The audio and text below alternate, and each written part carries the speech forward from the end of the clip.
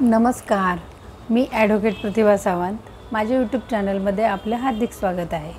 तर आजचा जो व्हिडिओ बनवणार आहे आपण तर सिव्हिल प्रोसिजर कोडवर आहे. साक्षीदार समजा कोर्टात येऊन साक्ष देऊ शकत नसेल तर त्याबाबत काय प्रोव्हिजन आहे, किंवा एखाद्या केसमध्ये साक्षीदार अतिशय महत्त्वाचा आहे पण त्याच्या काही पर्सनल प्रॉब्लेममुळे तो कोर्टात येऊ शकत नाही आहे, तर अशा वेळेला काय प्रोसिजर आहे याबद्दलचा आजचा व्हिडिओ आपण बनवणार आहे. आत्ताचा व्हिडिओ अतिशय महत्त्वाचा आहे. आता आपण बघतो सिव्हिल केस आहे. सिव्हिल केसमध्ये पक्षकार विटनेस दोन्ही असतात. दोघांच्या साक्षी अतिशय महत्त्वाच्या असतात. नंतर पक्षकारांच्या ज्या साक्षी आहेत त्याही महत्त्वाच्या असतात, साक्षीदारांच्या साक्षी अतिशय महत्त्वाच्या असतात. परंतु कधी कधी असं असतं की एखाद्या व्यक्तीचा अपंग आहे, कधी ॲक्सिडेंट झालेला आहे, किंवा एखादा वयस्कर आहे, बेडरिडन आहे, तर असा महत्त्वाचा साक्षीदार कधी कधी तो कोर्टात येऊ शकत नाही. परंतु पूर्ण केस त्याच्या साक्षीवर पण कधी कधी अवलंबून असते. मग आता याच्या वेळेला कोर्ट काय करू शकतं, किंवा CPCमध्ये काय तरतूद आहे, सिव्हिल प्रोसिजर कोडमध्ये काय तरतूद आहे. तर कुठलाही केस चालू असेल तर साक्षीदार आहेत किंवा पक्षकार असतात यांच्या मुख्य तपासणी घेतली जाते, आणि विरुद्ध पक्षाचे जे वकील असतात ते त्याची उलट तपासणी घेतात. म्हणजेच दोघांचे मुख्य तपासणी आणि उलट तपासणी होते. तर याच्या वेळेला ते तिथं प्रत्यक्ष हजर असले पाहिजेत. मग आता असे समजा बेडरिडन आहे, अपंग आहे किंवा आजारी आहे, तर अशा व्यक्ती तिथं जर कोर्टात हजर राहू शकत नाही. मग अशा वेळेला काय करायचं, तर CPCमध्ये ऑर्डर 26 प्रमाणे कमिशन नेमण्याची त्याच्यात तरतूद आहे. आता कमिशन म्हणजे काय, तर एखादी व्यक्ती म्हणून तिथं अपॉइंट केली जाते कमिशन म्हणून. तर ऑर्डर 26 प्रमाणे CPCच्या कमिशन नेमण्याची तरतूद आहे.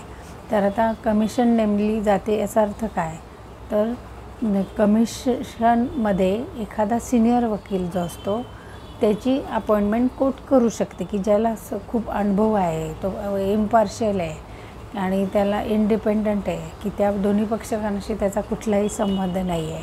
अशा व्यक्तीला त्या साक्षीदाराची साक्ष घेण्यासाठी अपॉइंट केलं जातं, की तो साक्षीदार, तो कमिशनर ती व्यक्तीच्या घरी किंवा जिथं असेल किंवा हॉस्पिटलला असेल बेडरिडन, तर तिथं जाऊन तो त्याची साक्ष घेईल.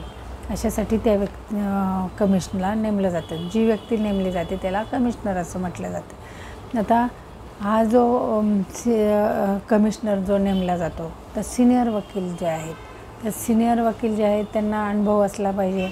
आता तेवढं नॉलेज असलं पाहिजे, त्या ज्या प्रकारची केस आहे त्याच्यातलं नॉलेज असलं पाहिजे, आणि त्यांची सक्षम असला पाहिजे की जबाबदारी हे नोंदवण्याचे आहे.